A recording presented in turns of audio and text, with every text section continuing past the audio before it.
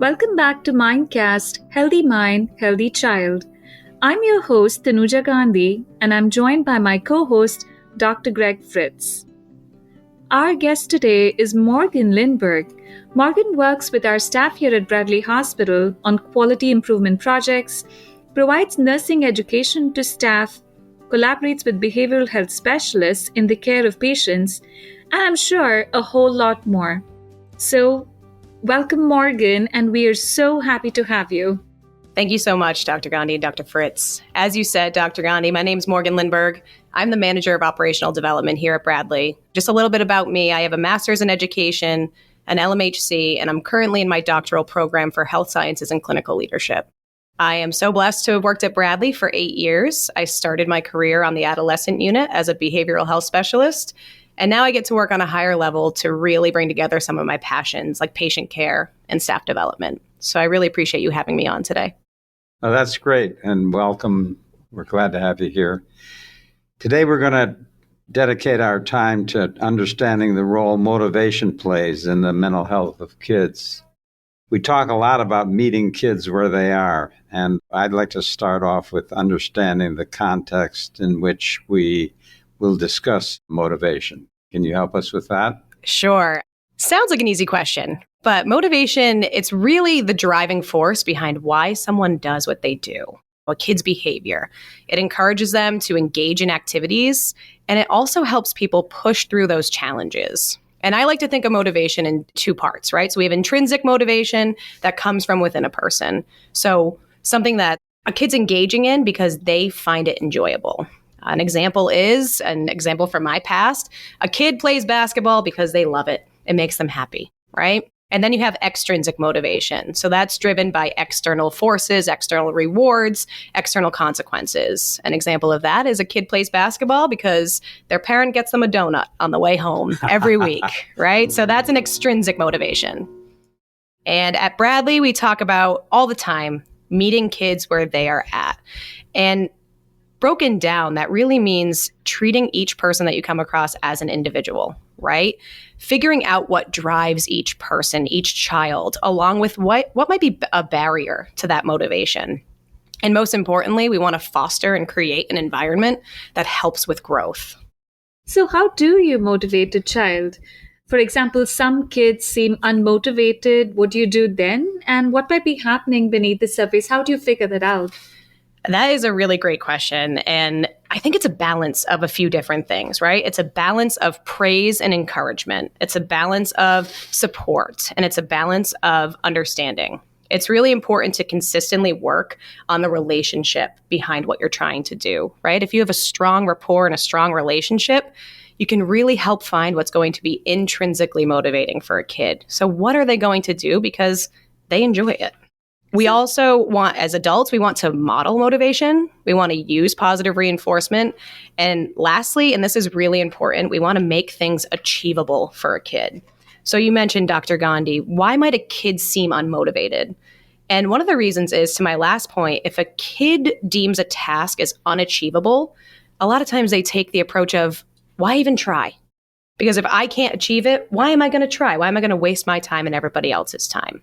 Other things that might play a part, fear of failure. That's something I think we can all relate to. Adults, kids, feelings of stress, and maybe a lack of interest could be another reason. What do you think we can do to identify what motivates an individual child? That, I think, is where the heart and the meat of the work really is, right? It's understanding what motivates someone. That's extremely important to shaping behavior. So to start, it's all about learning the kid, knowing the kid, figuring out what gets them excited, looking at what activities they want to do, they want to engage in voluntarily. Sometimes kids, adults, are deemed lazy because they might just seem unmotivated, right? But building that environment of trust and rapport can really eventually get kids involved in that conversation of what motivates you. If they're able to come to you and say, hey, listen, this is what I want, this is what I need to be motivated, we're really creating that environment of growth. And honestly, sometimes it's just really trial and error.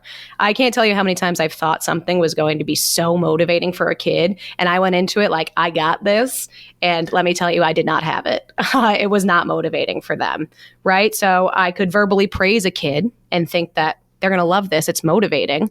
And then they go spend an hour in their room because that's not motivating for them, right? They might be embarrassed. They might just that didn't work for that kid. Being able to kind of take that failure, quote unquote, on the chin, regroup, model, and then do something different that's going to be motivating for them and find what's going to be motivating.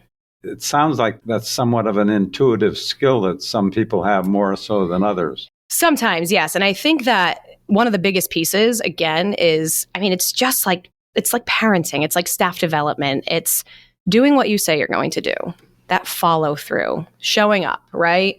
I feel like a huge chunk of parenting, a huge chunk of working with kids is being there when you say you're going to be there, showing up when you say you're going to show up. Being consistent, following through on the things that you say you're going to do.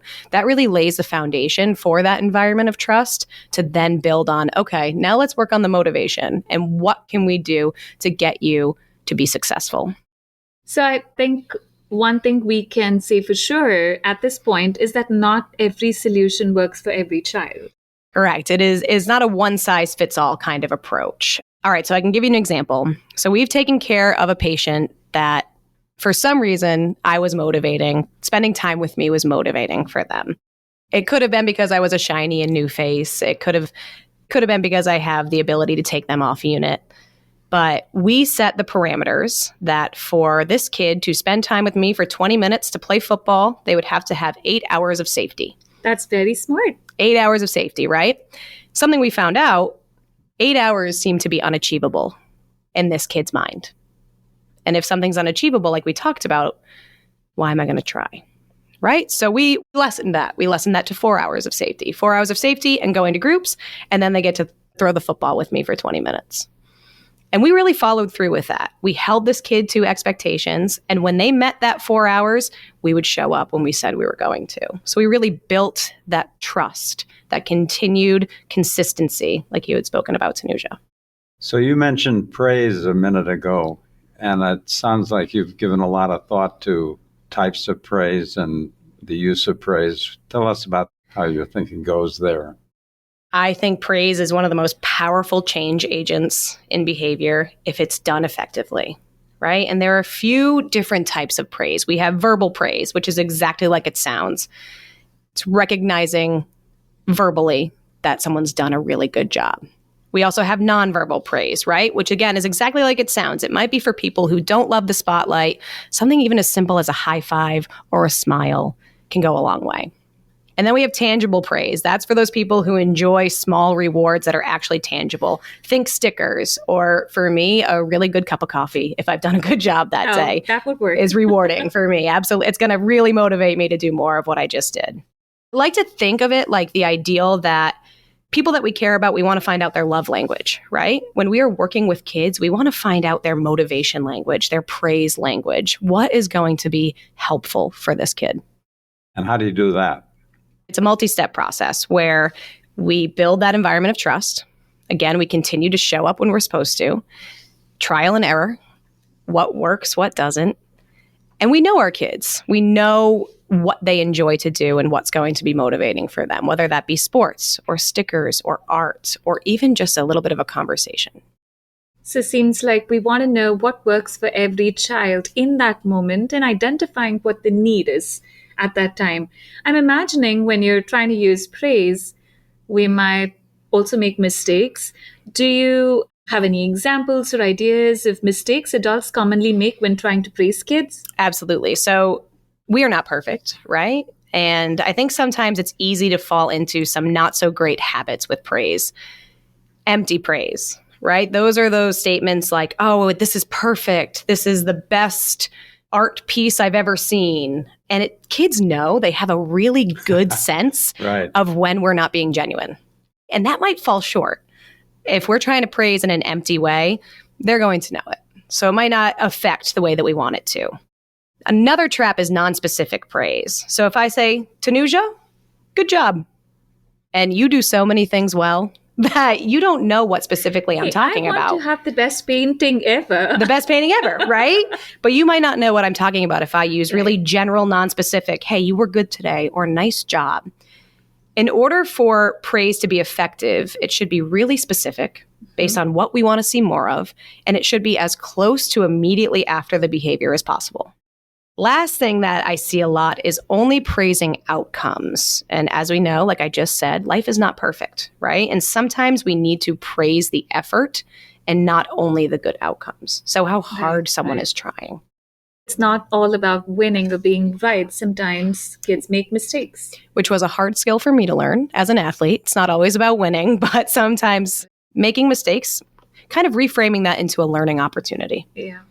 So I know a lot of the work you do at Bradley Hospital is with our staff who take care of children and families every day. On our podcast, our audience is mainly parents and caregivers. So would you be able to describe some strategies that would be appropriate for parents and caregivers to use that you probably teach staff on the unit? To be honest, Tanuja, I think that a lot of the same principles apply. So again, we're creating that safe and trusting environment where kids can feel comfortable to come and ask for help. We are using validation, which I have to say is the most difficult skill that I teach, but it is such an important skill to learn. It's not about cheerleading someone or agreeing with the behaviors. You don't even have to agree with behaviors or feelings, but it's letting a kid know that you see them and that their feelings make sense to them, right? So a kid's really worried for an exam. They're really, really stressed out. Some parents might say, you better study. You better open those books. Or they might say, you're too smart to get anything below a B, right? And parents might think that that's being effective and motivating, but it might just be raising the stress, right? So you can always start with validation of saying, I can see how stressed out you are right now. I can see how well you want to do on this exam. I'm telling you, if it is done effectively, you can just hear the, and it's almost like a kid, okay, I'm seen. And then we move into problem solving. Then we can move into the, let's crack the books together. Let's see what we can do next. But validation is a huge first step. And then again, modeling motivation as adults, admitting when we make mistakes, leading by examples, and changing our strategies when we need to. Modeling flexibility. Mm-hmm. It's important to note that the motivation isn't always about difficult tasks, I think. Sometimes it's about helping kids ask for help, getting them motivated and confident enough to do that.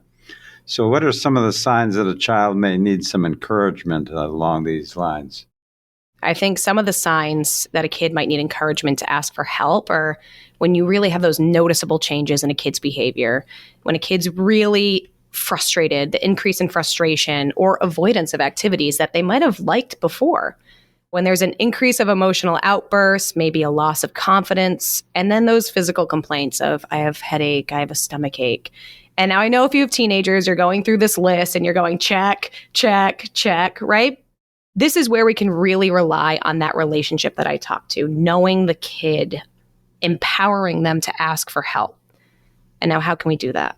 Right? We can model ourselves, letting kids know adults are not perfect. We need help too sometimes. Praising the help-seeking behavior. I really appreciate that you came to me and asked me for help. Reframing asking for help as a strength. And then again, mistakes, looking at those as a learning opportunity. My whole life, it was either you win or you lose. I've tried to reframe that into you either win or you learn. All of these are such excellent points. Thank you, Morgan. That was outstanding. Very good discussion. One of the top takeaways I have from our discussion today is that reflecting on what it means to meet kids where they are. That's so essential. It sounds like a simple point, but it's so powerful, and it's just a great reminder that puts almost any situation into a useful perspective.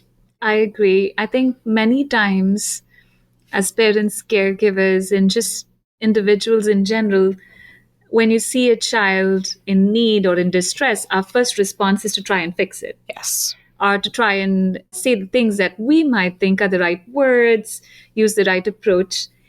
And what I'm learning today from you is what's effective is taking a step back and thinking what's effective for that kid in that moment. Mm-hmm. And then knowing sometimes we might fail and you learn strategies that are effective and then you do better together.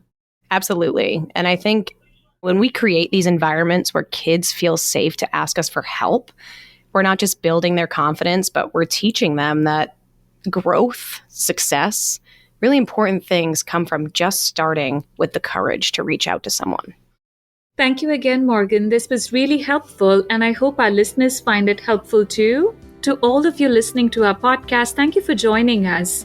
If you enjoyed our podcast, please check out our full podcast library at bradleyhospital.org/podcast. Thank you again. Until next time.